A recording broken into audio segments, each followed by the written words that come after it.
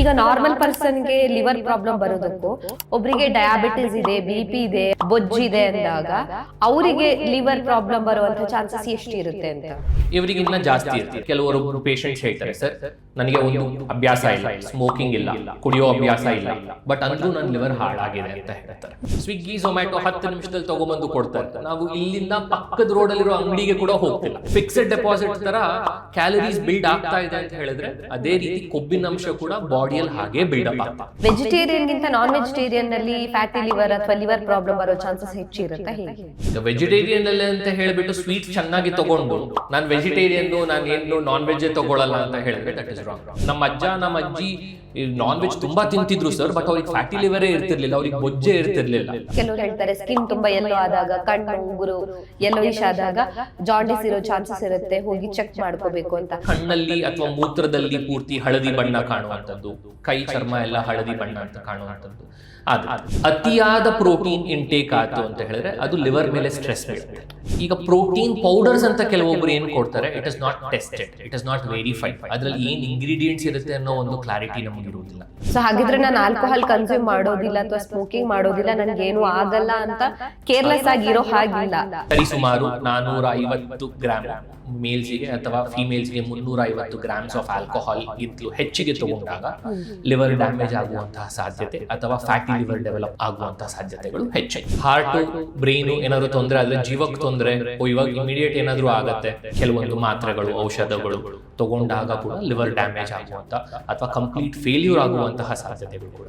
Jaundice ಬಂದ್ರಷ್ಟೇ liver ತೊಂದರೆ ಅನ್ಕೊಳ್ತಾರೆ. ಈಗ alcoholic liver disease is the top number 1 liver disease in India. ಮೈಕೈ ನೋವು, ಸಂಧಿವಾತ, ಅದರ ಜೊತೆಗೆ ಜಾಂಡಿಸ್, ಯೂರಿನ್ ಹಳದಿ ಆಗುವಂಥದ್ದು, ಕಣ್ಣು ಹಳದಿ ಆಗುವಂಥದ್ದು, ಕೈಯೆಲ್ಲ ಹಳದಿ ಆಗುವಂಥದ್ದು ಇರುತ್ತೆ. ಇವಾಗ unprotective sex with multiple partners ಏನಾದರೂ ಇತ್ತು ಅಂತ ಹೇಳಿದ್ರೆ ಅವರಿಗೂ ಕೂಡ ಹೆಪಟೈಟಿಸ್ B ಮತ್ತು C ಬರುವಂತ ಸಾಧ್ಯತೆ ಇದೆ. ಮಿತವಾಗಿ ಸೇವಿಸಿದ್ರೆ ಆಹಾರ, ಅತಿಯಾಗಿ ತಗೊಂಡ್ರೆ ವಿಷ. ನಮ್ಮ ಲಿವರ್ ಅನ್ನ ನಾವು ಕಾಪಾಡಿಕೊಂಡ್ರೆ ನಾವು ಆರಾಮಾಗಿರ್ತೀವಿ, ನಮ್ಮ ಫ್ಯಾಮಿಲಿ, ನಮ್ಮ ಕುಟುಂಬ ಎಲ್ಲರೂ ಚೆನ್ನಾಗಿರ್ತಾರೆ.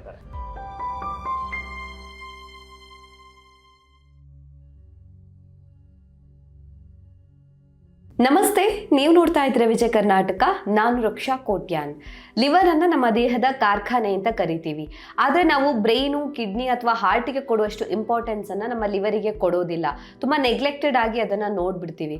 ಆದ್ರೆ ಒಂದ್ ವೇಳೆ ಲಿವರ್ ನಲ್ಲಿ ಏನಾದ್ರೂ ಸಮಸ್ಯೆ ಬಂತು ಅಂತ ಹೇಳಿದ್ರೆ ಅದು ಲಾಂಗ್ ಟರ್ಮ್ ಅಲ್ಲಿ ನಮ್ಗೆ ಯಾವೆಲ್ಲ ಆರೋಗ್ಯ ಸಮಸ್ಯೆಯನ್ನ ಉಂಟು ಮಾಡಬಹುದು, ನಮ್ಮ ಲಿವರ್ನ ಆರೋಗ್ಯವನ್ನ ಯಾವ ರೀತಿಯಾಗಿ ಕಾಪಾಡ್ಕೋಬೇಕಾಗತ್ತೆ, ಲಿವರ್ ನಲ್ಲಿ ಸಮಸ್ಯೆ ಉಂಟಾಯ್ತು ಅಂದಾಗ ಯಾವ್ದಾದ್ರು ಲಕ್ಷಣಗಳು ನಮ್ಗೆ ಗೊತ್ತಾಗುತ್ತಾ, ಈ ವಿಚಾರದ ಬಗ್ಗೆ ಹೆಚ್ಚಿನ ಮಾಹಿತಿನ ತಿಳಿಸ್ಕೊಡೋದಕ್ಕೆ ಇವತ್ತು ನಮ್ಮ ಜೊತೆ ಇದ್ದಾರೆ doctor Nitin Kumar, consultant gastroenterologist and hepatologist, Sparsh hospital, infantry road, Bangalore. Doctor, ಕಾರ್ಯಕ್ರಮಕ್ಕೆ ಸ್ವಾಗತ. ನಮಸ್ತೆ ಡಾಕ್ಟರ್. ಈಗ ಲಿವರ್ ಅಂತ ಬಂದಾಗ ನಾವು ಬೇರೆಲ್ಲ ಆರ್ಗನ್ ಬಗ್ಗೆ ಜಾಸ್ತಿ ಫೋಕಸ್ ಮಾಡ್ತೀವಿ. ಈಗ ಬ್ರೈನ್, ಕಿಡ್ನಿ ಅಥವಾ ಹಾರ್ಟ್ ಅಂದಾಗ ಅಲ್ಲಿ ಫೋಕಸ್ ಮಾಡೋದು ಬೇರೆನೆ, ಲಿವರ್ ಅಂದಾಗ ಏನು ಆಗಲ್ಲ ಅನ್ನೋ ತರ ಇರುತ್ತೆ. ಬಟ್ ಜನರಲ್ ಆಗಿ ನೀವು ನೋಡಿರೋ ಪ್ರಕಾರ ಲಿವರ್ ನಲ್ಲಿ ಯಾವೆಲ್ಲ ಹೆಲ್ತ್ ಇಶ್ಯೂಸ್ ಬರುತ್ತೆ, ಯಾವೆಲ್ಲ ಇಶ್ಯೂಸ್ಗಳು ಕಾಮನ್ ಆಗಿ ಬರುತ್ತೆ ಅಂತ? ಸೊ ಯೂಶಲಿ ಜನ ಏನು ಮಾಡ್ತಾರೆ ಅಂತ ಹೇಳಿದರೆ, ಹಾರ್ಟು, ಬ್ರೈನು ಏನಾದರೂ ತೊಂದರೆ ಆದರೆ, ಜೀವಕ್ಕೆ ತೊಂದರೆ, ಇವಾಗ ಇಮಿಡಿಯೇಟ್ ಏನಾದರೂ ಆಗುತ್ತೆ, ಆಂಜಿಯೋಗ್ರಾಮ್ ಮಾಡಿಸ್ಕೊಳ್ಳಿಕ್ಕೂ ರೆಡಿ ಇರ್ತಾರೆ, ಸರ್ಜರಿ ಮಾಡಿಸ್ಕೊಳ್ಳಿಕ್ಕೂ ರೆಡಿ ಇರ್ತಾರೆ. ನೀವು ಹೇಳಿದಾಗೆ ಲಿವರ್ ಏನಾದರೂ ತೊಂದರೆ ಇತ್ತು ಅಂತ ಹೇಳಿದ್ರೆ, ಲಿವರೇ ಅಲ್ವಾ, ಏನಾಗಲ್ಲ, ಸರಿ ಹೋಗುತ್ತಂತೆ, ರೀಜನರೇಟ್ ಆಗುತ್ತಂತೆ, ಬಿಟ್ಬಿಡೋಣ ಅಂತ ಹೇಳ್ತಾರೆ. ಬಟ್ ಲಿವರಿನ ತೊಂದರೆ ಒಂದು ಮಟ್ಟಕ್ಕೆ ಕ್ರಾಸ್ ಆದಮೇಲೆ ಇಟ್ ಈಸ್ ಇರ್ರಿವರ್ಸಿಬಲ್, ಅದು ಕೂಡ ಜೀವಕ್ಕೆ ಪ್ರಮಾದ ಅಂತ ಕಾಸ್ ಮಾಡುತ್ತೆ. ಸೊ ಆ ರೀತಿ ಇರುವಾಗ ಇಂಡಿಯಾಲಿ ಬಹಳ ಕಾಮನ್ ಲಿವರ್ ರಿಲೇಟೆಡ್ ಡಿಸೀಸಸ್ ಏನಿದೆ ಅಂತ ಹೇಳಿದ್ರೆ, ಒಂದು infections like hepatitis B, hepatitis C. ಇದರ ನೆಕ್ಸ್ಟ್ ಬಂದು ಆಲ್ಕೋಹಾಲಿಕ್ ಲಿವರ್ ಡಿಸೀಸ್, ಅಂದರೆ ಮಧುಪಾನಕ್ಕೆ ಸಂಬಂಧಪಟ್ಟಂತಹ ಕೆಲವು ರೋಗಗಳು. ಸೊ ಆಲ್ಕೋಹಾಲ್ ಲಿವರ್ ಡಿಸೀಸ್ ಆದಮೇಲೆ ನೆಕ್ಸ್ಟ್ ಈಗ ಟ್ರೆಂಡ್ ಅಲ್ಲಿ ಏನಿದೆ, fatty liver disease. So fatty liver disease ಏನಕ್ಕೆ ಇಂಪಾರ್ಟೆಂಟು, ಸೊ ನಾವು ಮುಂದಿನ ಇದರಲ್ಲಿ ಫ್ಯಾಟಿ ಲಿವರ್ ಬಗ್ಗೆ ಹೆಚ್ಚಿಗೆ ಡಿಸ್ಕಸ್ ಮಾಡಿದಾಗ ಇನ್ನಷ್ಟು ಸಾಕಷ್ಟು ತಿಳ್ಕೊಳ್ಬಹುದು. ಈಗ ಇದು 3 ನಾನು ಏನು ಹೇಳಿದ್ದೀನಿ, these are the most commonest. ಇದಲ್ಲದೆ ಸಾಕಷ್ಟು ಬೇರೆ ಲಿವರ್ಗೆ ಸಂಬಂಧಪಟ್ಟಂಥ ರೋಗಗಳಿರುತ್ತೆ, such as liver related cancer, hepatocellular carcinoma ಅಂತ ಹೇಳ್ತೇವೆ, ಕೊಲಾಂಜಿಯೋ ಕಾರ್ಸಿನೋಮಾ ಅಂತ ಹೇಳ್ತೇವೆ. ಅದಲ್ಲದೆ ಆಟೋ ಇಮ್ಯೂನ್ ಹೆಪಟೈಟಿಸ್ ಅಂತಲೂ ಇರುತ್ತೆ, ಡ್ರಗ್ ಇಂಡ್ಯೂಸ್ ಲಿವರ್ ಇಂಜುರಿ, ಕೆಲವೊಂದು ಮಾತ್ರೆಗಳು, ಔಷಧಗಳು ತಗೊಂಡಾಗ ಕೂಡ ಲಿವರ್ ಡ್ಯಾಮೇಜ್ ಆಗುವಂಥ ಅಥವಾ ಕಂಪ್ಲೀಟ್ ಫೇಲ್ಯೂರ್ ಆಗುವಂತಹ ಸಾಧ್ಯತೆಗಳು ಕೂಡ ಇರುತ್ತೆ. ಸೊ ಈ ರೀತಿ ಇರುವಾಗ these are not very common, but as we need to know about it. Okay. ಈಗ alcoholic liver disease is the top number 1 liver disease in India. But next 20 to 30 years down the lane, I think fatty liver is going to take over alcoholic liver disease, and it's going to be the first cause. Liver failure ಆಗ್ಲಿಕ್ಕೆ it might be the most important factor. Okay. So fatty liver one of the important problem ಅಂತಾನೆ ಹೇಳ್ಬಹುದು ಅಂತ. Okay. So ಹಾಗಿದ್ರೆ ಈಗ ಲಿವರಲ್ಲಿ problem ಆಯಿತು ಅಂದಾಗ symptoms ಏನಾದರೂ ಗೊತ್ತಾಗುತ್ತೆ? ಈಗ ಪೇಯ್ನ್ ಆಗೋದು ಅಥವಾ ಬೇರೆ ಏನಾದರೂ ಲಕ್ಷಣಗಳು ಗೊತ್ತಾಗುತ್ತಾ, ಅಥವಾ ಜನ ಅದನ್ನು ಇಗ್ನೋರ್ ಮಾಡ್ತಾರಾ ಹೇಗೆ ಅಂತ? ಹೌದು. ಈಗ ಫಾರ್ ಎಕ್ಸಾಂಪಲ್ ಲಿವರಿಗೆ ಸಂಬಂಧಪಟ್ಟ ಡಿಸೀಸಸ್ ಅಂತ ಹೇಳಿದ್ರೆ ಯೂಶಲಿ ಜನ ಏನು ತಿಳ್ಕೊಳ್ತಾರೆ, ಜಾಂಡಿಸ್ ಬಂದ್ರಷ್ಟೇ ಲಿವರ್ ತೊಂದರೆ ಅಂದ್ಕೊಳ್ತಾರೆ. ಬೇರೆ ಯಾವುದೇ ಒಂದು ವಿಧವಾದ ಸಿಂಪ್ಟಮ್ಸ್ ಏನೇ ಇದ್ರೂ they might neglect it. So but in general ನೋಡಿದಾಗ ಲಿವರಿನ ಸಮಸ್ಯೆ ಅಂತ ಬಂದಾಗ ಈಸಿ ಫೆಟಿಗಬಿಲಿಟಿ ಅಂದರೆ ಬಹಳ ಬೇಗ ಆಯಾಸ ಆಗುವಂಥದ್ದು, ಏನೋ ಒಂದು ಕೆಲಸ ಮಾಡಲಿಕ್ಕೆ ಏನೋ ಒಂದು ಮನಸ್ಸಿಲ್ಲದೆ ಇರೋವಂಥದ್ದು, ಕಾಲು ಸ್ವಲ್ಪ ಊತ ಬರ್ಲಿಕ್ಕೆ ಸ್ಟಾರ್ಟ್ ಆಗುತ್ತೆ, ಹೊಟ್ಟೆ ಉಬ್ಬರ ಬರ್ಲಿಕ್ಕೆ ಸ್ಟಾರ್ಟ್ ಆಗುತ್ತೆ. ಜಾಂಡಿಸ್ ಸ್ವಲ್ಪ ಲೇಟಾಗಿ ಬರಬಹುದು, ಎಲ್ಲರಿಗೂ ಬೇಗನೆ ಬರಬೇಕು ಅನ್ನೋದೇನಿರೋದಿಲ್ಲ. ಬೇಗ ಸ್ವಲ್ಪ ತಿಂದರೂ ಕೂಡ ಹೊಟ್ಟೆ ತುಂಬಿದಂಗೆ ಇರುತ್ತೆ. ಸೊ ಈ ರೀತಿ there are very subtle signs and symptoms. ಈಗ ಹಾರ್ಟಿನ ತೊಂದರೆ ಬಂದ ಹಾಗೆ ಫುಲ್ ತುಂಬ ಸಿವಿಯರ್ ಪೇಯ್ನು, ಸಿವಿಯರ್ ಇದು ಆ ರೀತಿ ಇರೋದಿಲ್ಲ. It will be the slightest of the symptoms. ಆಗಲೇ ನಾವು ಎಚ್ಚೆತ್ತುಕೊಂಡು ಕರೆಕ್ಟಾಗಿ ಟ್ರೀಟ್ಮೆಂಟ್ ಮಾಡಿಕೊಂಡ್ರೆ ಪೂರ್ತಿ ರಿವರ್ಸ್ ಮಾಡುವಂಥ ಸಾಧ್ಯತೆಗಳು ಕೂಡ ಇರುತ್ತೆ. ಒಂದು ವೇಳೆ ತುಂಬ ನೆಗ್ಲೆಕ್ಟ್ ಮಾಡಿ ಇಗ್ನೋರ್ ಮಾಡಿದ ನಂತರ ಗೊತ್ತಾಯಿತು ಅಂತ ಹೇಳಿದ್ರೆ ಆವಾಗ ಏನೂ ಮಾಡ್ಲಿಕ್ಕೆ ಬರೋದಿಲ್ಲ. ಓಕೆ. ಸೊ ಬೇರೆ ಆರ್ಗನ್ಗೆ ಕಂಪೇರ್ ಮಾಡಿದಾಗ ಸ್ವಲ್ಪ ಕಡಿಮೆನೇ ಇರಬಹುದು ಸಿಂಪ್ಟಮ್ಗಳು. ಹೌದು. ಓಕೆ. ಓಕೆ. ಸೊ ಹಾಗಿದ್ರೆ ಸುಸ್ತಾಗೋದು ಕಾಮನ್ ಆಗಿ ಈಗ ನಮಗೆ ಬೇರೆ ಟೈಮಲ್ಲೂ ಕೂಡ ಪ್ರಾಬ್ಲಮ್ ಆಗ್ಬೋದು, ಸುಸ್ತಾಗ್ಬೋದು. ಸೊ ಜನರಲ್ ಸಿಂಪ್ಟಮ್ಸ್ಗಳಂತ ಇರುತ್ತೆ. ಸೊ ಅದನ್ನ ನಮಗೆ ಡಿಫ್ರೆನ್ಶಿಯೇಟ್ ಮಾಡಿ ಮೇ ಬಿ ಇದು ಲಿವರ್ಗೆ ಸಂಬಂಧಪಟ್ಟ ಪ್ರಾಬ್ಲಮೇ ಆಗಿರ್ಬೋದು ಅಂತ ಅಂದಾಜು ಮಾಡೋದಕ್ಕೆ ಆಗುತ್ತಾ ಅಂತ? ಅಂದರೆ ಈಗ ಅರ್ಲಿ ಫೆಟಿಗಬಿಲಿಟಿ ಅಂದರೆ ಬೇಗನೆ ಸುಸ್ತಾಗುವಂಥದ್ದು ಏನಿರುತ್ತೆ, ಈಗ ಸರ್ವೇ ಸಾಮಾನ್ಯವಾಗಿ ಏನು ಯಾವಾಗಲಾದರೂ ನಮಗೆ ಜ್ವರ ಇತ್ತು ಅಥವಾ ಏನಾದರೂ ಒಂದು ರೋಗದ ಸಂಬಂಧಿತವಾಗಿ ಏನಾದರೂ ಹೆಲ್ತ್ ಇಶ್ಯೂಸ್ ಇದ್ದಾಗ ಅಷ್ಟೇ ಬೇಗ ನಮಗೆ ಸುಸ್ತಾಗುವಂಥದ್ದು ಇರುತ್ತೆ. ಇಲ್ಲ ಸ್ಟ್ರೆಸ್, ಆಂಗ್ಸೈಟಿ ಈಗ ನಮ್ಮಲ್ಲಿರೋ ವೆರಿ ಕಾಮನೆಸ್ಟ್ ಥಿಂಗ್ಸ್. ಅದಲ್ಲದೆ ಏನಾದರೂ ಫಾರ್ ಎಕ್ಸಾಂಪಲ್ ಈಗ ಬೇರೆ ಒಂದು ಅಂಗಾಂಗದ ಒಂದು ರೋಗ ಅಥವಾ ಜ್ವರ ಏನಾದರೂ ಇದ್ದಾಗ easy fatigability is one of the commonest features. But ಅದಲ್ಲದೆ ಇಫ್ ಇಟ್ ಇಸ್ ಪರ್ಸಿಸ್ಟೆಂಟ್ ಅಂದರೆ ದಿನ ಪೂರ್ತಿ ಒಂಥರ ಸುಸ್ತು ಸುಸ್ತು ಸುಸ್ತು ಅನ್ನೋದಿರುತ್ತೆ, ಹಸಿವು ಕಡಿಮೆ ಇರುತ್ತೆ, ಊಟ ಮಾಡಿದ ಮೇಲೆ ಏನೋ ಒಂದು ಸ್ವಲ್ಪ ಮೈಲ್ಡಾಗಿ ಹೊಟ್ಟೆ ನೋವು ಆಗುವಂಥದ್ದು ಆ ರೀತಿ ಇತ್ತು ಅಂತ ಹೇಳಿದಾಗ it might be science of liver ಅಂತ. ಓಕೆ. ಸೊ ಫ್ಯಾಟಿ ಲಿವರ್ ಅಂತ ಬಂದಾಗ ಪರ್ಟಿಕ್ಯುಲರ್ಲಿ ಫ್ಯಾಟಿ ಲಿವರ್ದು ಸಿಂಪ್ಟಮ್ಸ್ ಬೇರೆ ಇರುತ್ತಾ ಅಂತ? ಫ್ಯಾಟಿ ಲಿವರ್ ಏನೂ ಸಿಂಪ್ಟಮ್ಸ್ ಇರೋದೇ ಇಲ್ಲ. ಫಾರ್ ಎಕ್ಸಾಂಪಲ್ ಈಗ ಮೋಸ್ಟ್ ಆಫ್ ದ ಪೇಷಂಟ್ಸ್ ಈಗ ನೀವೇನು ಮಾಡ್ತೀರಿ, ರೆಗ್ಯುಲರ್ ಹೆಲ್ತ್ ಚೆಕಪ್ಗೆ ಬಂದಾಗ ಒಂದು 100 ಜನಕ್ಕೆ ನಾವು ಸ್ಕ್ರೀನ್ ಮಾಡಿದಾಗ ಒಂದು 50ರಿಂದ 80% ಜನಗಳಿಗೆ ಗ್ರೇಡ್ 1 ಗ್ರೇಡ್ 2 ಫ್ಯಾಟಿ ಲಿವರ್ ಅಂತ ಅಷ್ಟೇ ಬರ್ತದೆ. ಬಟ್ ನೀವು ಪೇಷಂಟನ್ನು ಕೇಳಿದಾಗ ನಿಮಗೇನಾದರೂ ತೊಂದರೆ ಇದೆಯಾ ಫ್ಯಾಟಿ ಲಿವರಿಂದ, ಏನಾದರೂ ಆಗ್ತಿದೆಯಾ? ಸರ್ ನನಗೇನೂ ಇಲ್ಲ, ನಾನು ರೆಗ್ಯುಲರ್ ಹೆಲ್ತ್ ಚೆಕಪ್ ಮಾಡಿಸಿದಾಗ ನನಗೆ ಗ್ರೇಡ್ 1 ಫ್ಯಾಟಿ ಲಿವರ್ ಅಂತ ಬಂದಿದೆ, ಅದಕ್ಕೆ ನಿಮ್ಮ ಹತ್ರ ತೋರಿಸ್ಲಿಕ್ಕೆ ಬಂದಿದ್ದೀವಿ ಅಂತ ಹೇಳ್ತಾರೆ. ಇನ್ನೂ ಕೆಲವರು ಇದರ ಬಗ್ಗೆ ಹೆಚ್ಚಿನ ಅರಿವಿಲ್ಲದೆ ಇರುವಂಥವ್ರು ಫ್ಯಾಟಿ ಲಿವರ್ ಅಲ್ಲ, ಸ್ವಲ್ಪ ದಪ್ಪ ಇದ್ದೀರಿ ಬಿಡಿ ಪರವಾಗಿಲ್ಲ, ನೆಗ್ಲೆಕ್ಟ್ ಮಾಡಿ, ಏನೂ ಮಾಡೋದು ಬೇಕಿಲ್ಲ ಅಂತ ಹೇಳಿ ಹಾಗೆ ಉದಾಸೀನ ಮಾಡಿಬಿಡ್ತಾರೆ. ಬಟ್ ಫ್ಯಾಟಿ ಲಿವರ್ ಅಂತ ಹೇಳಿ ಬಂದಾಗ it is not the disease that it's gone a cause a problem now. ಈಗ ಫ್ಯಾಟಿ ಲಿವರಿಂದ ನಿಮಗೇನು ತೊಂದರೆ ಇಲ್ಲದೇ ಇರಬಹುದು, but next 5 to 10 years down the lane, 10 ವರ್ಷಗಳ ನಂತರ ಈಗ ಏನು ಸಿಂಪಲ್ ಫ್ಯಾಟಿ ಲಿವರ್ ಏನೂ ತೊಂದರೆ ಇಲ್ಲದೇ ಇರುವಂಥ ಒಂದು ಲಿವರು ಪೂರ್ತಿ ಲಿವರ್ ಡ್ಯಾಮೇಜ್ ಆಗಿ ಒಂದು ಲಿವರ್ ಫೇಲ್ಯೂರ್ ಆದಂಥ ಒಂದು ಪರಿಸ್ಥಿತಿಗೆ ಬಂದಾಗ ಯು ಮೈಟ್ ರಿಯಲೈಸ್ ಓಕೆ ನನ್ನ ಲಿವರ್ ಡ್ಯಾಮೇಜ್ ಆಗಿದೆ. ಹೌದು. ಸೊ ಈಗ ಫ್ಯಾಟಿ ಲಿವರ್ ಅಂತ ಏನು ಹೇಳಿದ್ರೆ ಏನು, excess fat in the liver, layman simple terms. ಈ ಎಕ್ಸೆಸ್ ಫ್ಯಾಟ್ ಈಗ ಲಿವರಲ್ಲಿ ಏನು ಕೂತ್ಕೊಳ್ತದೆ, ಇದರಿಂದ oxidative stress, free radical injuries ಎಲ್ಲ ಆಗ್ತಾ ಇರುತ್ತೆ. ಸೊ ಸೈಲೆಂಟಾಗಿ ಲಿವರಲ್ಲಿ ಡ್ಯಾಮೇಜ್ ಆಗ್ತಾ ಹೋಗ್ತಾ ಇರುತ್ತೆ. ಸೊ ಈ ಸೈಲೆಂಟ್ ಲಿವರ್ ಡ್ಯಾಮೇಜ್ ಆದಾಗ ಲಿವರ್ ಪರ್ಮನೆಂಟ್ ಸ್ಕಾರ್ ಆಗೋದು ಸಾಧ್ಯತೆ ಇರುತ್ತೆ. ಸೊ ಸ್ಟೇಜಸ್ ಇರುತ್ತೆ, F1, F2, F3, F4 ಅಂತ ಹೇಳಿ. ಸೊ F4 ಅಂತ ಹೇಳಿದ್ರೆ ಪರ್ಮನೆಂಟ್ ಸ್ಕಾರಿಂಗ್ ಆಗಿದೆ ಅಂತ. ಸೊ ಅವಾಗ ನಮಗೆ ಲಿವರ್ ಪರ್ಮನೆಂಟ್ ಡ್ಯಾಮೇಜ್ ಆಗಿದೆ, ಲಿವರ್ ಸಿರೋಸಿಸ್. ಕರೆಕ್ಟ್. ಅದು F4 ಅಂತ ಬಂದಾಗ ಲಿವರ್ ಸಿರೋಸಿಸ್ ಅಂತ ಕರಿತೀವಿ. ಅಲ್ಲಿವರೆಗೂ ಏನಿದೆ, ಅಲ್ಲಿವರೆಗೂ ನಮ್ಮ ಹತ್ರ ಮಾತ್ರೆಗಳಿದೆ, ಔಷಧಗಳಿದೆ, ಜೀವನ ಶೈಲಿಯಲ್ಲಿ ಚೇಂಜ್ ಮಾಡುವಂತಹ ಕೆಲವೊಂದು ಅಂಶಗಳೇನಿದೆ ಅದರಲ್ಲಿ ನಾವು ಪೂರ್ತಿ ರಿವರ್ಸ್ ಮಾಡುವ ಸಾಧ್ಯತೆ ಇರುತ್ತೆ. ಇದನ್ನು ಮಾಡದೆ ಹೋದ್ರೆ ಲಿವರಿನ ತೊಂದರೆಯ ಜೊತೆಗೆ ಹಾರ್ಟಿನ ಸಂಬಂಧಪಟ್ಟಂಥ ತೊಂದರೆ, ರಕ್ತನಾಳಗಳಿಗೆ ಸಂಬಂಧಪಟ್ಟಂಥ ತೊಂದರೆ, ಸ್ಟ್ರೋಕಿಗೆ ಸಂಬಂಧಪಟ್ಟಂಥ ತೊಂದರೆ, ಕ್ಯಾನ್ಸರು, ಇದೆಲ್ಲವೂ ಕೂಡ 3-4 ಪಟ್ಟು ಹೆಚ್ಚಳ ಆಗುವಂಥ ಸಾಧ್ಯತೆ ಇರುತ್ತೆ. ಸೊ ಈಗ ನಾರ್ಮಲ್ ಮನುಷ್ಯನಿಗೆ ರಿಸ್ಕ್ ಅರೌಂಡ್ 3% ಅಂತ ಹೇಳಿದರೆ, ಫ್ಯಾಟಿ ಲಿವರ್ ಇರುವಂಥ ಮನುಷ್ಯನಿಗೆ ಇನ್ನೊಂದು 3% ಆ್ಯಡ್ ಮಾಡ್ಕೊಳ್ಬೇಕಾಗ್ತದೆ. So the risk of other organ injuries, liver ಅಲ್ಲದೆ ಬೇರೆ ಒಂದು ಅಂಗಾಂಗಗಳಿಗೂ ಏನು ತೊಂದರೆ ಆಗುವ ಸಾಧ್ಯತೆಗಳು ಫ್ಯಾಟಿ ಲಿವರಲ್ಲಿ ಹೆಚ್ಚಿರ್ತದೆ. ಓಕೆ. ಸೊ ಹಾಗಿದ್ರೆ ಈಗ ಫ್ಯಾಟಿ ಲಿವರ್ ಬಗ್ಗೆ ಹೇಳಿದ್ರಿ, ಈಗ ಬೇರೆ ಏನಾದರೂ ಈಗ ಪ್ರಾಬ್ಲಮ್ಸ್ ಇತ್ತು ಲಿವರ್ ಅಲ್ಲಿ ಅಂದಾಗ್ಲೂ ಕೂಡ ಸಿಂಪ್ಟಮ್ಸ್ ಅಲ್ಲಿ ವೇರಿ ಇರಬಹುದಲ್ವಾ? ಲೈಕ್ ಈಗ ಈ ತರ ಪ್ರಾಬ್ಲಮ್ಗೆ ಈ ತರ ಸಿಂಪ್ಟಮ್ಸ್ ಇರುತ್ತೆ ಅಂತ ಕರೆಕ್ಟ್ ಆಗಿ ಪ್ರಾಪರ್ ಆಗಿ. ಸೊ ಈಗ ಒಂದು ಅಕ್ಯೂಟ್ ಹೆಪಟೈಟಿಸ್ ಅಂತ ಏನು ಹೇಳ್ತೀವಿ, ಅಕ್ಯೂಟ್ ಹೆಪಟೈಟಿಸ್ ಅಂತ ಹೇಳಿದ್ರೆ ಲಿವರಿನ ಒಂದು ಇನ್ಫ್ಲಮೇಷನ್, ಲಿವರಿನ ವಾತ.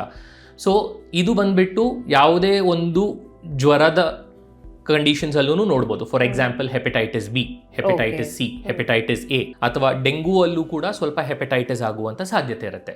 ಸೊ ಹೆಪಟೈಟಿಸ್ ಅಂತ ಹೇಳಿದಾಗ ಪೇಷಂಟ್ಗೆ ಜ್ವರ ಇರಬಹುದು, ಮೈಕೈ ನೋವು, ಸಂಧಿವಾತ, ಅದರ ಜೊತೆಗೆ ಜಾಂಡಿಸ್ಸು, ಯೂರಿನ್ ಹಳದಿ ಆಗುವಂಥದ್ದು, ಕಣ್ಣು ಹಳದಿ ಆಗುವಂಥದ್ದು, ಕೈಯೆಲ್ಲ ಹಳದಿ ಆಗುವಂಥದ್ದು ಇರುತ್ತೆ. ಕೆಲವರಿಗೆ ತುರಿಕೆ ಇರ್ತದೆ. ಸೊ ಈ ರೀತಿ ಎಲ್ಲ ಇರಬಹುದು. ಸ್ವಲ್ಪ mild abdominal pain over the right side, ಊಟ ಆದಮೇಲೆ ಸ್ವಲ್ಪ ಹೊಟ್ಟೆ ನೋವು ಜಾಸ್ತಿ ಆಗುವಂಥ ಸಾಧ್ಯತೆ, ಹಸಿವು ಕಡಿಮೆ, ಸುಸ್ತು ಜಾಸ್ತಿ ಇರೋದು. These are the commonest features of acute hepatitis.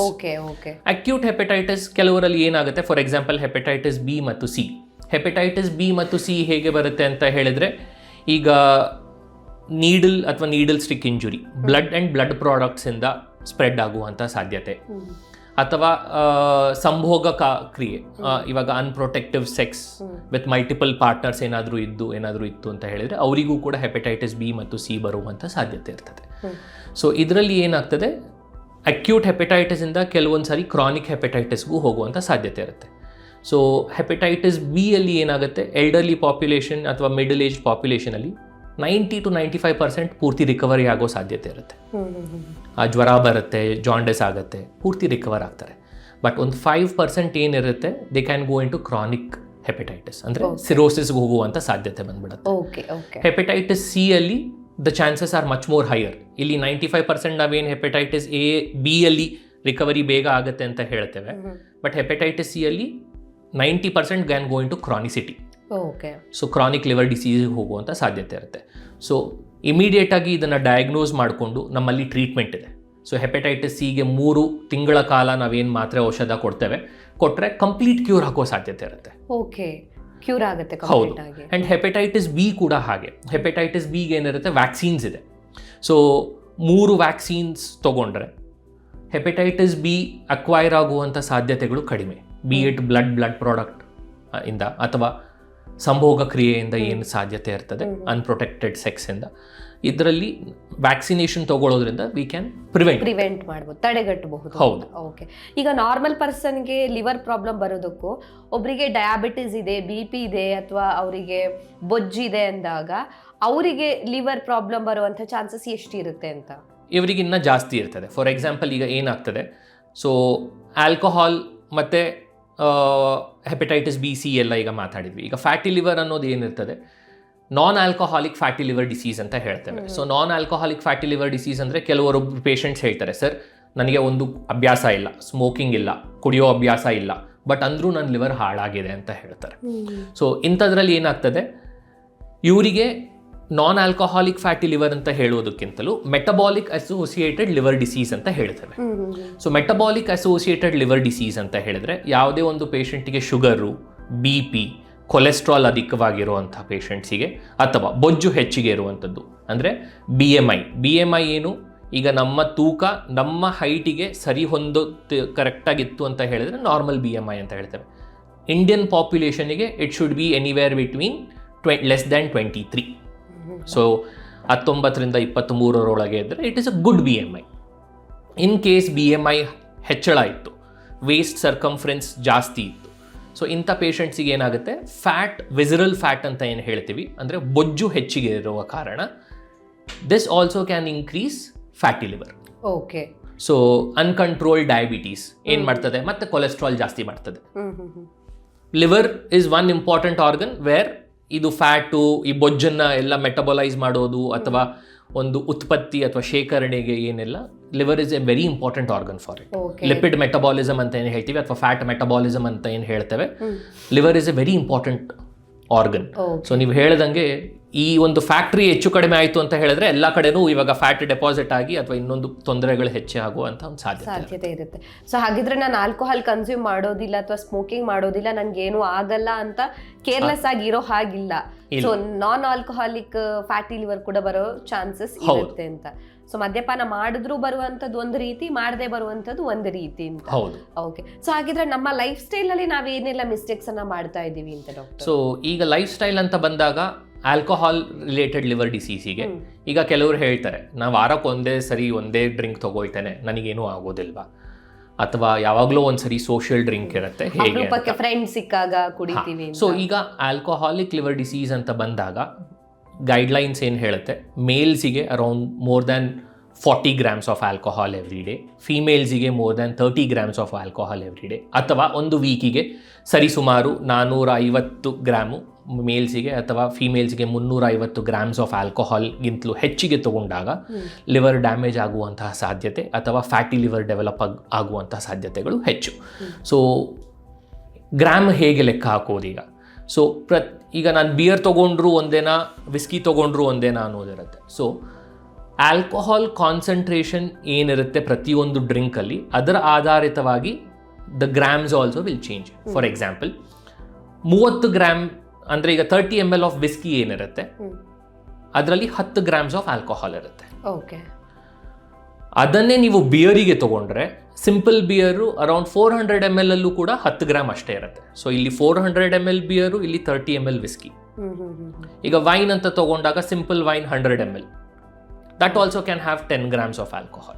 So it is the concentration of alcohol in the drink. ಈಗ ನಾವು ತಗೊಳ್ಳೋ ಡ್ರಿಂಕಲ್ಲಿ ಎಷ್ಟು ಪರ್ಸೆಂಟೇಜ್ ಆಲ್ಕೋಹಾಲ್ ಇರುತ್ತೆ ಅದ್ರ ಮೇಲೆ the quantity can vary. So ಈಗ ನಾವು ವಾರಕ್ಕೊಮ್ಮೆನೆ ಒಂದು ದೊಡ್ಡ ಬಾಟಲ್ ವಿಸ್ಕಿ ತಗೊಳ್ತೀನಿ ಅಂತ ಹೇಳಿದ್ರೆ it's as good as taking it every day. So ಅದನ್ನೇ ಲಿವರ್ ಡ್ಯಾಮೇಜ್ ಕಾಸ್ ಮಾಡುತ್ತೆ.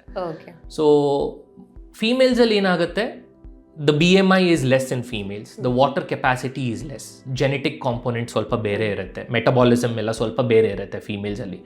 ಸೊ ಅವರಿಗೆ even at 30 grams of alcohol ಅವರಿಗೆ ಫ್ಯಾಟಿ ಲಿವರ್ಸ್ ಆಗುವಂಥ ಸಾಧ್ಯತೆ ಇರುತ್ತೆ. ಪುರುಷರಿಗಿಂತಲೂ ಇವರು ಕಡಿಮೆ ತಗೊಂಡ್ರು ಕೂಡ they are at a higher risk of developing alcoholic liver disease. So ಅದು ಒಂದು. ಮತ್ತೆ ಫ್ಯಾಟಿ ಲಿವರಿಗೆ ಜೀವನ ಶೈಲಿ ಏನಾಗುತ್ತೆ, to put it in very simple terms, ಇವಾಗ ಮೊದಲೆಲ್ಲ ಏನೂ ಇರ್ತಾ ಇರಲಿಲ್ಲ ಅಲ್ವಾ ಸರ್ ಫ್ಯಾಟಿ ಲಿವರು, ಇತ್ತೀಚೆಗಷ್ಟೇ ಈಗ ಫ್ಯಾಟಿ ಲಿವರ್ ಬಂದಿದೆ. ಮೊದಲೇನು ಹಾಗಿದ್ರೆ ಫ್ಯಾಟಿ ಲಿವರ್ ಅನ್ನೋ ಟರ್ಮ್ ಇರಲಿಲ್ವಾ?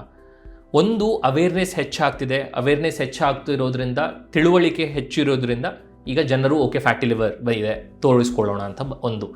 ಅದಲ್ಲದೆ ಕ್ಯಾಲರೀಸ್, ಈಗ ಹಳೆಗಾಲದಲ್ಲಿ ಏನಾಗ್ತಿತ್ತು, ಎಷ್ಟು ತಿಂತಿದ್ರು ಅಷ್ಟನ್ನು ಹೊಲದಲ್ಲಿ ಗದ್ದೆಯಲ್ಲಿ ಹೋಗಿ ಕೆಲಸ ಮಾಡಿ ಕರಗಿಸ್ತಿದ್ರು ಆ ಕ್ಯಾಲರೀಸ್ ಜಾಸ್ತಿ. ಹೌದು.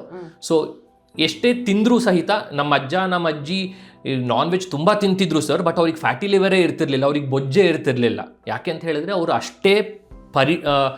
ಅಷ್ಟೇ ಒಂದು ಫಿಸಿಕಲ್ ಆಕ್ಟಿವಿಟೀಸ್ ಮಾಡ್ತಿದ್ರು, ಅಷ್ಟೇ ಖರ್ಚು ಮಾಡ್ತಾ ಇದ್ರು, ಕ್ಯಾಲೋರೀಸ್ ನ ಬರ್ನ್ ಮಾಡ್ತಾ ಇದ್ರು. ಹೌದು. ಈಗ ಏನಾಗ್ತಿದೆ, more of sedentary life style. Swiggy Zomato 10 ನಿಮಿಷದಲ್ಲಿ ತಗೊಂಬಂದು ಕೊಡ್ತಾರೆ, ನಾವು ಇಲ್ಲಿಂದ ಪಕ್ಕದ ರೋಡಲ್ಲಿರೋ ಅಂಗಡಿಗೆ ಕೂಡ ಹೋಗ್ತಿಲ್ಲ. ಸೊ ಹಾಗಿರುವಾಗ physical activity is very less. Physical activity ಕಡಿಮೆ ಆದಾಗ ಏನಾಗುತ್ತೆ, ನಮ್ಮ ಊಟ ಅಷ್ಟೇ ಪ್ರಮಾಣದಲ್ಲಿ ತಗೊಳ್ತಾ ಇದ್ದೀವಿ, ಬಟ್ ಖರ್ಚು ಮಾಡ್ತಿಲ್ಲ. ಸೊ ಫಿಕ್ಸೆಡ್ ಡೆಪಾಸಿಟ್ ಥರ ಕ್ಯಾಲರೀಸ್ ಬಿಲ್ಡ್ ಆಗ್ತಾ ಇದೆ ಅಂತ ಹೇಳಿದ್ರೆ, ಅದೇ ರೀತಿ ಕೊಬ್ಬಿನಂಶ ಕೂಡ ಬಾಡಿಯಲ್ಲಿ ಹಾಗೆ ಬಿಲ್ಡಪ್ ಆಗ್ತಿದೆ. ಈ ಕೊಬ್ಬಿನಂಶ ಹಾಗೆ ಬಾಡಿಯಲ್ಲಿ ಬಿಲ್ಡಪ್ ಆಗ್ತಾ ಆಗ್ತಾ ಬೇಗ ಆಸ್ಟಿಯೋ ಆರ್ಥ್ರೈಟಿಸ್ ಬರುವಂಥದ್ದು, ಫ್ಯಾಟಿ ಲಿವರ್ ಬರುವಂಥದ್ದು, ಹಾರ್ಟ್ ಅಟ್ಯಾಕ್ಸ್ ಬರುವಂಥದ್ದು, ಅರ್ಲಿ ಏಜಲ್ಲಿ ಡಯಾಬಿಟೀಸ್, ಹೈಪರ್ ಟೆನ್ಷನ್ ಬರುವಂಥದ್ದು, ಇದೆಲ್ಲ ಇದರ ಒಂದು ಮೇನ್ ಏನಂತ ಹೇಳಿದ್ರೆ sedentary lifestyle. More calories, more affluence in food, but less physical activity. ಹಾಗಿದ್ರೆ ಈಗ ಫುಡ್ ಅಲ್ಲಿ ಅಂತ ಬಂದಾಗ ವೆಜಿಟೇರಿಯನ್ಗಿಂತ ನಾನ್ ವೆಜಿಟೇರಿಯನ್ ನಲ್ಲಿ ಫ್ಯಾಟಿ ಲಿವರ್ ಅಥವಾ ಲಿವರ್ ಪ್ರಾಬ್ಲಮ್ ಬರೋ ಚಾನ್ಸಸ್ ಹೆಚ್ಚಿರುತ್ತೆ, ಹೇಗೆ? ಈಗ ವೆಜಿಟೇರಿಯನ್ ಅಲ್ಲಿ ಅಂತ ಹೇಳಿಬಿಟ್ಟು ಸ್ವೀಟ್ಸ್ ಚೆನ್ನಾಗಿ ತಗೊಂಡು ನಾನು ವೆಜಿಟೇರಿಯನ್ನು, ನಾನು ಏನು ನಾನ್ ವೆಜ್ ತಗೊಳ್ಳಲ್ಲ ಅಂತ ಹೇಳಿದ್ರೆ that is wrong. So it is the calories that you take. So food ಅಲ್ಲಿ ಕೂಡ ನಾವು ಯಾವ ರೀತಿಯ ಅಂತ ಒಂದು ಊಟ ತಿಂತೇವೆ ಅದರ ಮೇಲೂ ಕೂಡ ಫ್ಯಾಟಿ ಲಿವರ್ ಆಗುವಂಥ ಸಾಧ್ಯತೆ ಇರುತ್ತೆ.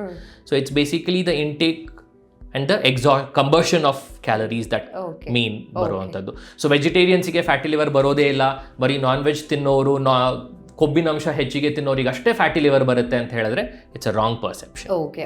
ಇನ್ನೊಂದು ಆಲ್ಕೋಹಾಲ್ ವಿಚಾರದಲ್ಲಿ ತುಂಬಾ ಜನರಿಗಿರುವಂಥ ಒಂದು ಪರ್ಸೆಪ್ಷನ್ ಏನು ಅಂತ ಹೇಳಿದ್ರೆ, ಆಲ್ಕೋಹಾಲ್ ಕನ್ಸ್ಯೂಮ್ ಮಾಡಿದ್ಮೇಲೆ ನಾವು ಫುಡ್ಡನ್ನು ಸರಿಯಾಗಿ ತಗೊಂಡ್ರೆ ಏನು ಹೆಲ್ತ್ ಇಶ್ಯೂಸ್ ಆಗೋದಿಲ್ಲ, ಆಲ್ಕೋಹಾಲ್ ತಗೊಂಡ್ಮೇಲೆ ಫುಡ್ ತಗೋಬೇಕು ಅಂತ ಕೆಲವರು ಹೇಳ್ತಾರೆ.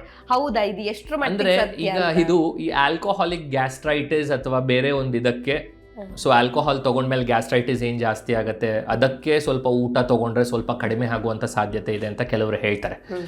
ಬಟ್ ಆಲ್ಕೋಹಾಲಿಗೂ ಲಿವರ್ ಡಿಸೀಸಿಗೂ ನಾವೇನು ಮಾತಾಡಿದಾಗ, so it is the grams of alcohol. ಈಗ ನಾವು ಆಗಲೇ ಮಾತಾಡಿದ ಹಾಗೆ ಎಷ್ಟು ಗ್ರಾಮ್ಸ್ ಆಲ್ಕೋಹಾಲ್ ನೀವು ಪ್ರತಿನಿತ್ಯ ಯೂಸ್ ಮಾಡ್ತಿದ್ದೀರಿ, ಪ್ರಮಾಣ, ಯಾವ ರೀತಿಯ ಅಂತ ಆಲ್ಕೋಹಾಲ್ ತಗೊಳ್ತಿದ್ದೀರಿ, ಅದ್ರ ಮೇಲೆ ಆಧಾರಿತವಾಗಿರುತ್ತೆ ಹೊರತು ನೀವು ಅದಾದ್ಮೇಲೆ ಊಟ ತಗೊಳ್ದೇ ಇರ್ತೀರಾ, ಅದಕ್ಕೂ ಇದಕ್ಕೂ ಲಿವರಿಗೂ ಏನು ಸಂಬಂಧ ಇರುವುದು. ಓಕೆ. ಇನ್ ಸಿಂಪ್ಟಮ್ಸ್ ವಿಚಾರಕ್ಕೆ ಬಂದಾಗ ಕೆಲವರು ಹೇಳ್ತಾರೆ ಸ್ಕಿನ್ ತುಂಬಾ ಯೆಲ್ಲೋ ಆದಾಗ, ಕಣ್ಣು ಉಗುರು ಯೆಲ್ಲೋಯಿಶ್ ಆದಾಗ ಜಾಂಡಿಸ್ ಇರೋ ಚಾನ್ಸಸ್ ಇರುತ್ತೆ, ಹೋಗಿ ಚೆಕ್ ಮಾಡ್ಕೋಬೇಕು ಅಂತ. ಬಟ್ ಯಾವಾಗ ನಾವು ವರಿ ಮಾಡಬೇಕು, ಹೇಗೆ ಅಂತ? ಸೊ ಈಗ ಜಾಂಡಿಸ್ ಅಂತ ಹೇಳಿ ಬಂದಾಗ ಎರಡು ಅಂಶ ಇದೆ. ಒಂದು ಲೇಟೆಂಟ್ ಜಾಂಡಿಸ್, ಇನ್ನೊಂದು ಕ್ಲಿನಿಕಲ್ ಜಾಂಡಿಸ್. ಈಗ ನಾರ್ಮಲ್ ಬಿಲಿರುಬಿನ್ ಅಂತ ತಗೊಂಡಾಗ 0.8 to 1.2 grams per deciliter ಅಂತ ಏನು ಹೇಳ್ತೇವೆ. ಸೊ ಅದರಲ್ಲಿ ಏನಾಗುತ್ತೆ, ಇನ್ ಕೇಸ್ ಈಗ 1.2ಗಿಂತಲೂ ಜಾಸ್ತಿ ಆಯಿತು, ಇಮಿಡಿಯೇಟ್ ಆಗಿ ನಮ್ಮ ಕಣ್ಣೆಲ್ಲ ಹಳದಿ ಆಗುತ್ತಾ? ಇಲ್ಲ. ಸೊ ಯಾವಾಗ 3ರಿಂದ 4 ಕ್ರಾಸ್ ಆದರೆ ಜಾಂಡಿಸು, ಅವಾಗಷ್ಟೇ ಕಣ್ಣಲ್ಲಿ ಅಥವಾ ಮೂತ್ರದಲ್ಲಿ ಪೂರ್ತಿ ಹಳದಿ ಬಣ್ಣ ಕಾಣುವಂಥದ್ದು, ಕೈ ಚರ್ಮ ಎಲ್ಲ ಹಳದಿ ಬಣ್ಣ ಅಂತ ಕಾಣುವಂಥದ್ದು ಆಗುತ್ತೆ. ಸೊ ಅವಾಗ ಅದನ್ನು ನಾವು ಕ್ಲಿನಿಕಲ್ ಜಾಂಡಿಸ್ ಅಂತ ಹೇಳ್ತೇವೆ. ಕ್ಲಿನಿಕಲ್ ಜಾಂಡಿಸ್ ಕಾಣಿಸಿದಾಗ ಇಮಿಡಿಯೇಟ್ ಆಗಿ ಹಾಸ್ಪಿಟ್ಲಿಗೆ ಹೋಗಿ ಟ್ರೀಟ್ಮೆಂಟ್ ತಗೊಳ್ಳೋದು ಬಹಳ ಮುಖ್ಯ. ಯಾಕಂತ ಹೇಳಿದರೆ, in case if we are detecting the disease early, ಆದಷ್ಟು ಬೇಗ ನಾವು ಅದನ್ನು ಕಂಡು ಹಿಡಿದು ಟ್ರೀಟ್ಮೆಂಟ್ ಕೊಟ್ಟರೆ ಇಂಪ್ರೂವ್ ಆಗುವ ಸಾಧ್ಯತೆ ಹೆಚ್ಚು. ಲೇಟ್ ಮಾಡಿದಷ್ಟು ಇಲ್ಲ ಏನೋ ಸ್ವಲ್ಪ ನೆನ್ನೆ ನಾನು ಹಳದಿ ಹಾಕೊಂಡು ಹೆಚ್ಚಿಗೆ ಊಟ ಮಾಡಿಬಿಟ್ಟೆ, ಅದಕ್ಕಷ್ಟೇ ಹಳದಿ ಹೋಗಿದೆ, ನಾನು ನೀರು ಕುಡ್ದಿಲ್ಲ ಅದಕ್ಕಷ್ಟೇ ಹಳದಿ ಹೋಗ್ತಿದೆ ಅಂತ ನೆಗ್ಲೆಕ್ಟ್ ಮಾಡಬಾರ್ದು. ಓಕೆ. ಸೊ ನೆಗ್ಲೆಕ್ಟ್ ಅಂತ ಹೇಳಿದಾಗ ನೀವು ನನಗೆ ಇನ್ನೊಂದು ನೆನಪಾಯಿತು ಅಂತ ಹೇಳಿದ್ರೆ, ಹೊಟ್ಟೆ ಉಬ್ಬರಿಸೋದು ಅಥವಾ ಆ ಥರ ಪ್ರಾಬ್ಲಮ್ ಅಂದಾಗ ಮೇ ಬಿ ಇದು ಗ್ಯಾಸ್ಟ್ರಿಕ್ ಆಗಿರ್ಬೋದು ಅಂತ ಸುಮ್ಮನೆ ಆಗ್ತೀವಿ. ಸೊ ಹೊಟ್ಟೆ ಊದ್ಕೊಳ್ಳೋದು, ಉಬ್ಬರಿಸ್ದಂಗೆ ಆಗೋದು, ಅದು ಲಿವರ್ಗೆ ಸಂಬಂಧಪಟ್ಟ ಒಂದು ಸಿಂಪ್ಟಮ್ ಆಗಿರುತ್ತಾ ಅಥವಾ ಗ್ಯಾಸ್ಟ್ರಿಕ್ ಆಗಿರುತ್ತಾ ಅಂತ? ಈಗ ಹೊಟ್ಟೆ ಉಬ್ರ ಅಂತ ಹೇಳಿ ಬಂದಾಗ ಸಾಕಷ್ಟು ಕಾರಣಗಳಿಗೆ ಹೊಟ್ಟೆ ಉಬ್ರ ಬರುತ್ತೆ. ಸೊ ಈಗ ಫಾರ್ ಎಕ್ಸಾಂಪಲ್ ಹೆಚ್ಚಿಗೆ ಫ್ಯಾಟ್ ಇದ್ದಾಗಲೂ ಹೊಟ್ಟೆ ಉಬ್ರ ಬರ್ತದೆ. ಹೆಚ್ಚಿಗೆ ಹೊಟ್ಟೆಯಲ್ಲಿ ನೀರಿನ ಶೇಖರಣೆ, ಅಸೈಟಿಸ್ ಅಂತ ಏನು ಹೇಳ್ತೇವೆ, ಅದಾದಾಗಲೂ ಹೊಟ್ಟೆ ಉಬ್ರ ಇರ್ತದೆ. ಹೊಟ್ಟೆಯಲ್ಲಿ ಹೆಚ್ಚಿಗೆ ಗಾಳಿ ತುಂಬಿದಾಗ ಫ್ಲೇಟಸ್, ಆವಾಗಲೂ ಹೊಟ್ಟೆ ಉಬ್ರ ಇರ್ತದೆ. ಗರ್ಭಿಣಿ ಸ್ತ್ರೀ ಅವರಿಗೂ ಹೊಟ್ಟೆ ಉಬ್ರ ಇರ್ತದೆ. ಅಥವಾ ಮೋಷನ್ಸೇ ಪಾಸ್ ಆಗದೆ ಫೀಸಿಸ್ ಎಲ್ಲ ತುಂಬಿಕೊಂಡಿದೆ, ಅದರಿಂದಲೂ ಹೊಟ್ಟೆ ಉಬ್ರ ಇರ್ತದೆ.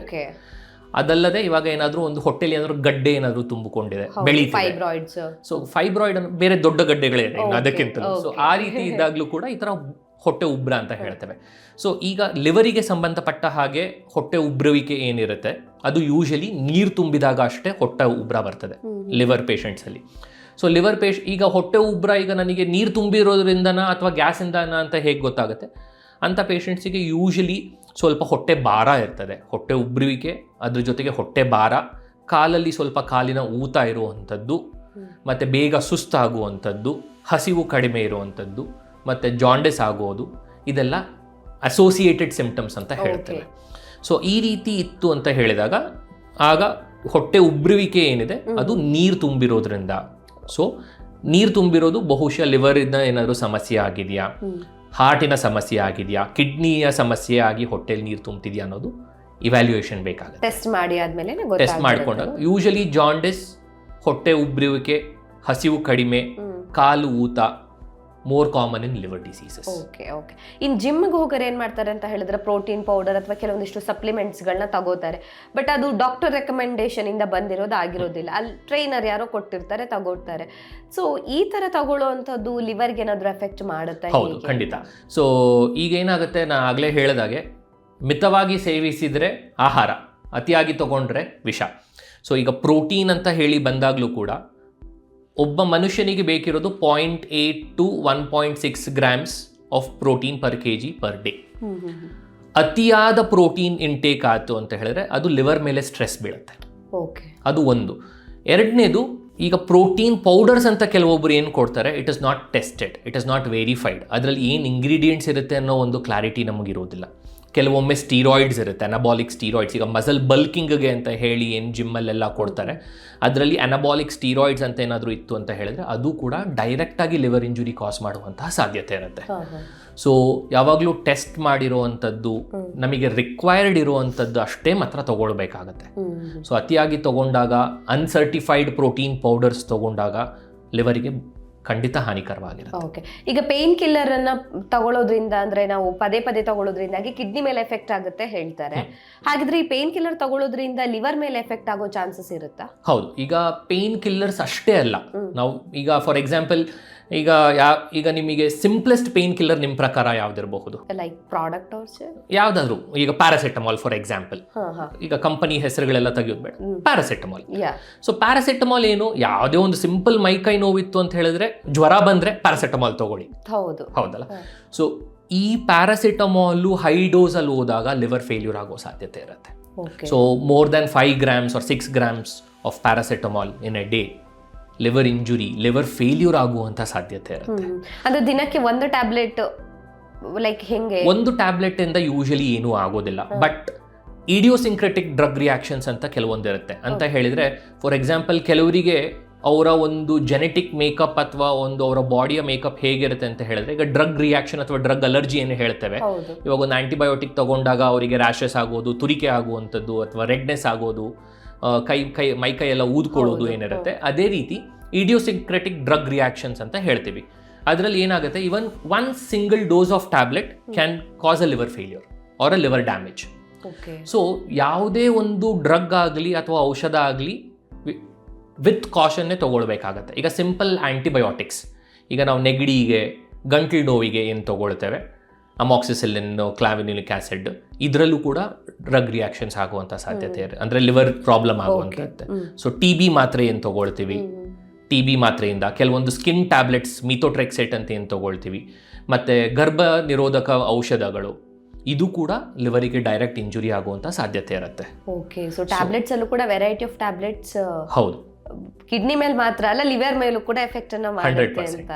ಓಕೆ, ಸೊ ಎಷ್ಟು ಹುಷಾರಾಗಿದ್ರು ಕೂಡ ಸಾಲೋದಿಲ್ಲ. ಒಂದ್ ಕಡೆಯಿಂದ ಆಲ್ಕೋಹಾಲ್, ನಾನ್ ಆಲ್ಕೋಹಾಲಿಕ್ ಕೆಲವೊಂದಿಷ್ಟು ಕಂಟೆಂಟ್ಗಳು ಕೂಡ ಲಿವರ್ ಮೇಲೆ ಎಫೆಕ್ಟ್ ಅನ್ನ ಮಾಡುತ್ತೆ ಅಂತ. ಈಗ ಲಿವರ್ ಟ್ರಾನ್ಸ್ಪ್ಲಾಂಟ್ ಮಾಡುವಷ್ಟು ಹಂತಕ್ಕೆ ಅವ್ರು ಬಂದಿದ್ದಾರೆ ಅಂತ ಹೇಳಿದ್ರೆ, ಇನಿಷಿಯಲ್ ಸ್ಟೇಜ್ ಅಲ್ಲಿ ಅವ್ರು ಯಾವೆಲ್ಲ ತಪ್ಪುಗಳನ್ನ ಮಾಡಿರ್ತಾರೆ ಅಂತ ಅರ್ಥ ಸರ್? ಸೊ ಇನಿಷಿಯಲ್ ಸ್ಟೇಜಸ್ ಅಲ್ಲಿ ಅದೇ, ಈಗ ಸ್ವಲ್ಪ ಕಾಲು ಊತ ಬಂದಾಗ, ಇಲ್ಲ ನಾ ಏನೋ ಸ್ವಲ್ಪ ಟ್ರಾವೆಲ್ ಮಾಡಿದ್ದೆ ಅದಕ್ಕಷ್ಟೇ ಕಾಲು ಊತ ಇದೆ, ಟ್ರಾವೆಲ್ ಮಾಡಿದಾಗ ಕಾಲು ಊತ ಬರುತ್ತೆ ಅಂತ, ನಾವು ಹೊಟ್ಟೆ ಉಬ್ರ ಇರೋದು ಏನೋ ಸ್ವಲ್ಪ ಗ್ಯಾಸ್ಟ್ರಿಕ್ ಆಗಿದೆ, ಈ ಸುಸ್ತು ಆಗ್ತಿರುತ್ತೆ, ಇಲ್ಲ ಮಾಮೂಲಿ ಏನೋ ಸ್ವಲ್ಪ ಕೆಲಸ ಜಾಸ್ತಿ ಮಾಡಿದೆ ಅಷ್ಟೇ ಸುಸ್ತು, ಮತ್ತು ಜಾಂಡಿಸ್ ಬಂದಾಗ ಅದನ್ನು ಕರೆಕ್ಟಾಗಿ ನೋಡ್ಕೊಳ್ಳೋದಿಲ್ಲ.